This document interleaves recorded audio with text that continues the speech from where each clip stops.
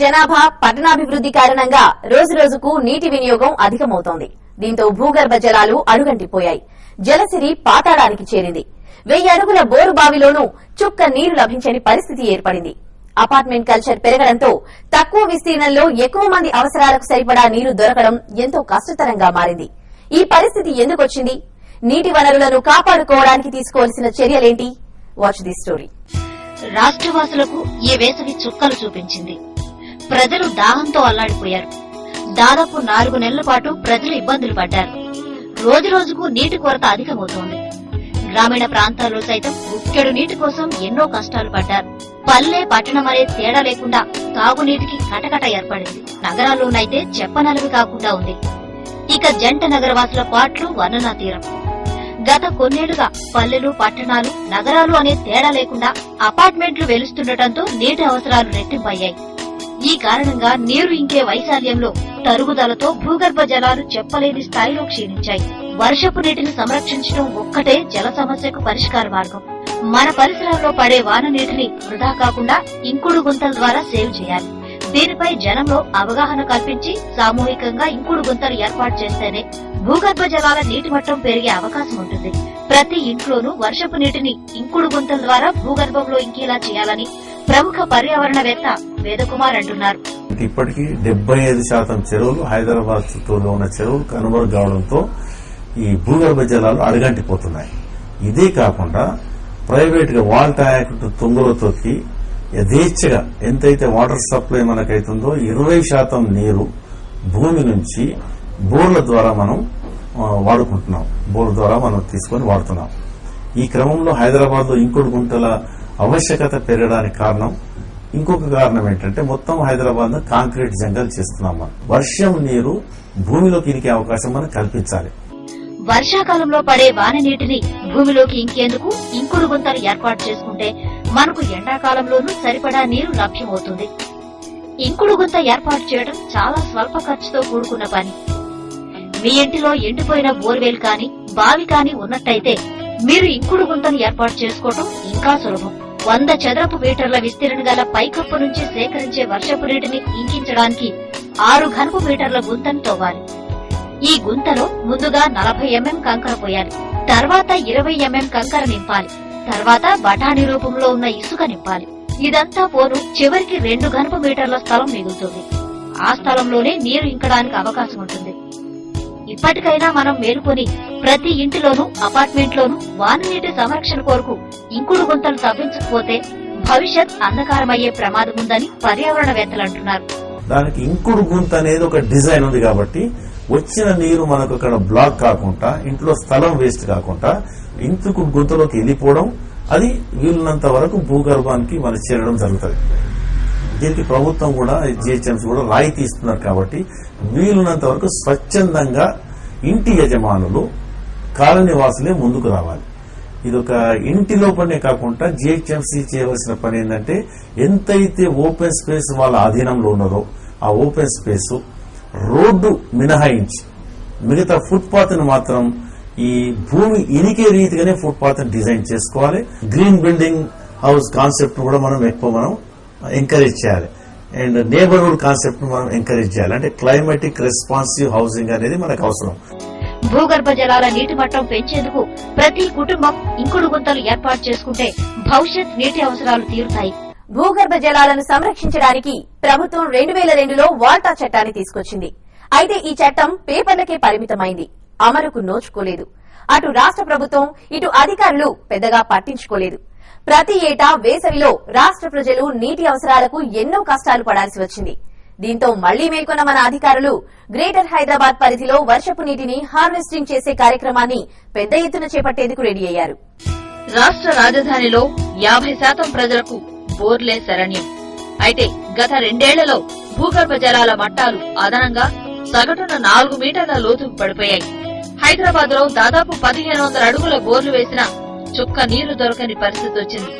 దురదృష్టకరమైన విషయం ఏమిటంటే ప్రతి వర్షాకాలం ప్రకృతి మనకు సరిపోయే నీటినిస్తున్నా మనం ఆ నీటిని ఒడిసి పట్టుకునే ప్రయత్నం చేయడం లేదు. హైదరాబాద్ లాంటి నగరాల్లో ఏడాదికి 780 మిల్లీమీటర్ల సగటు వర్షపాతం నమోదవుతోంది. 100 చదరపు అడుగుల ప్లాట్ లో ఏడాది కాలంలో కురిసే వర్షపు నీరు దాదాపు 55,000 లీటర్లు ఉంటుంది. ఈ నీటినే కనుక మనం ఆదా చేసుకోగలిగితే 5 సభ్యులున్న కుటుంబానికి 100 రోజుల పాటు సరిపోతుంది.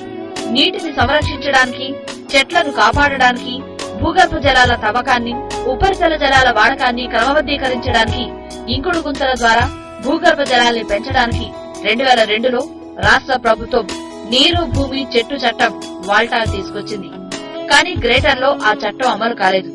ప్రస్తుత గడ్డు పరిస్థితుల్లో నీటిని సంరక్షించడం తప్ప ప్రత్యామ్నాయ మార్గం కనిపించడం లేదు.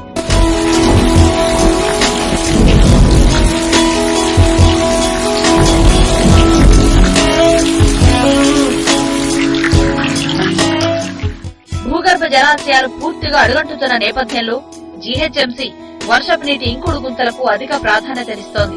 ఒక్కొక్క ఇంకుడు గుంతకు సుమారు 10,000 రూపాయలను వెచ్చించనున్నారు. మొత్తం 6,000 ఇంకుడు గుంతల్లో జోన్కు 1,500 చొప్పున నిర్మించాలని నిర్ణయించారు. పార్కులు, మైదానాలు, ఓపెన్ స్థలాలు, ప్రభుత్వ రంగ సంస్థలకు చెందిన ఖాళీ ప్రాంతాల్లో వీటిని ఏర్పాటు చేయనున్నారు. బిల్డింగ్స్ పూర్తయిన వారికి, తాగునీటి కనెక్షన్ తీసుకున్న వారికి వాటర్ బోర్డు అధికారులే ఇంకుడు గుంతలు ఏర్పాటు చేయనున్నారు. కొత్తగా ఇళ్లు నిర్మించుకునే వారు మాత్రం తమ సొంత ఖర్చులతో ఇంకుడు గుంతలు ఏర్పాటు చేసుకోవాలని ప్రభుత్వం అంటోంది. జంట నగరాల్లో ఈ ఏడాది 6 కోట్ల రూపాయల వ్యయంతో 6,000 ఇంకుడు గుంతలను ఏర్పాటు చేయాలని టార్గెట్ గా పెట్టుకుందని జీహెచ్ఎంసీ కమిషనర్ కృష్ణబాబు అంటున్నారు. గవర్నమెంట్ ఇచ్చిన 86 and 168 జీవోలు అంటే 2007 తర్వాత ఏదైతే కొత్త బిల్డప్ ఏరియాస్ వస్తున్నాయో 300 స్క్వేర్ యార్డ్స్ కన్నా ఎక్కువ సైట్ ఉంటే గనక రెయిన్ వాటర్ హార్వెస్టింగ్ పిట్స్ కంపల్సరీగా పెట్టాల్సిన అవసరం ఉంది ఇప్పుడున్న గవర్నమెంట్ నిబంధనల ప్రకారం. కాకపోతే మనం వచ్చే బిల్డింగులు తక్కువను ఆల్రెడీ ఎగ్జిస్టింగ్ బిల్డింగ్స్ చాలా ఎక్కువ ఉన్నాయి కాబట్టి ఎగ్జిస్టింగ్ బిల్డింగ్స్ లో ఓనర్స్ అందరినీ కూడా మోటివేట్ చేసి ఎలా మనం రెయిన్ వాటర్ హార్వెస్టింగ్ స్ట్రక్చర్స్ కట్టిద్దాము అనే దాని మీద ఎక్కువ కాన్సన్ట్రేట్ చేస్తున్నాం. దానికి జీహెచ్ఎంసీ తరపు నుంచి 2 ప్రపోజల్స్ మనం పెట్టాం. ఒకటి, రెసిడెంట్ వెల్ఫేర్ అసోసియేషన్ గనక వాళ్ళ ఓపెన్ ఏరియాస్ అన్నిట్లో ఒక సిస్టమేటిక్ గా మనం టెక్నికల్ గా సర్వే చేసి వాళ్ళకి చెప్పిన తర్వాత టోటల్ అన్ని పిట్స్ వాళ్ళు కన్స్ట్రక్ట్ చేయడానికి గనక ముందుకొస్తే మనం ఆ కన్స్ట్రక్టెడ్ కాస్ట్ లో అంటే ఎస్టిమేటెడ్ కాస్ట్ లో 70% వాళ్ళకి రీఇంబర్స్ చేయడానికి మనం ప్రొవిజన్ ఇచ్చాము. అలాగే ఇండివిజువల్ హౌస్ల్లో చేయాలంటే ఒక్కొక్క ఇండివిజువల్ తో మనం కాంటాక్ట్ చేయడం కష్టం కాబట్టి రెసిడెంట్ వెల్ఫేర్ అసోసియేషన్ ఆ పర్టికులర్ కాలనీలో ఒక 100 ఇళ్లు ఉంటే గనక ఒక 20 మంది ముందుకు వస్తూ ఉంటే ఆ 20 మంది చొప్పున వాళ్ళకే మనం రెస్పాన్సిబిలిటీ ఇచ్చి 50% ఎస్టిమేటెడ్ కాస్ట్ లో జీహెచ్ఎంసీ ఇచ్చేటట్టు 50% వాళ్ళు రెసిడెంట్స్ పెట్టుకునేటట్టు మనం ఆర్గనైజ్ చేస్తున్నాం.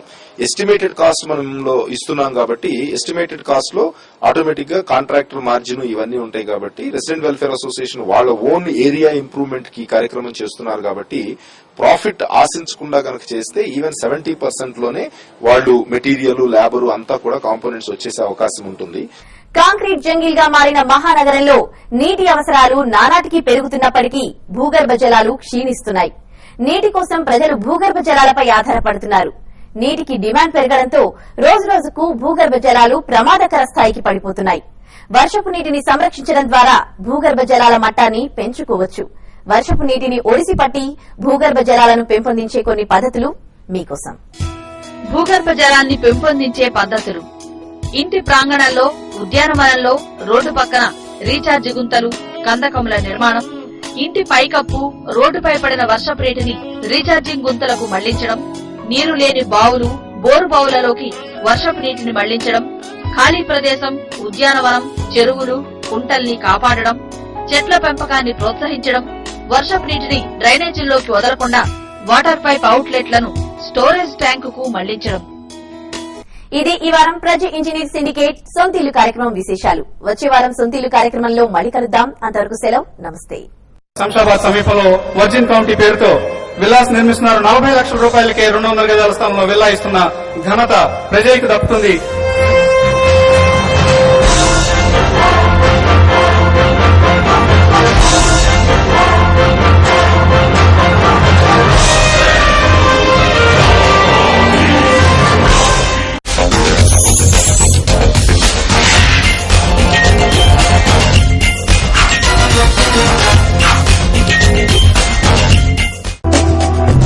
ఇంజనీర్ సిండికేట్ సొంతిల్లు. Knowledge partner confederation of real estate developers association of India, CREDAI.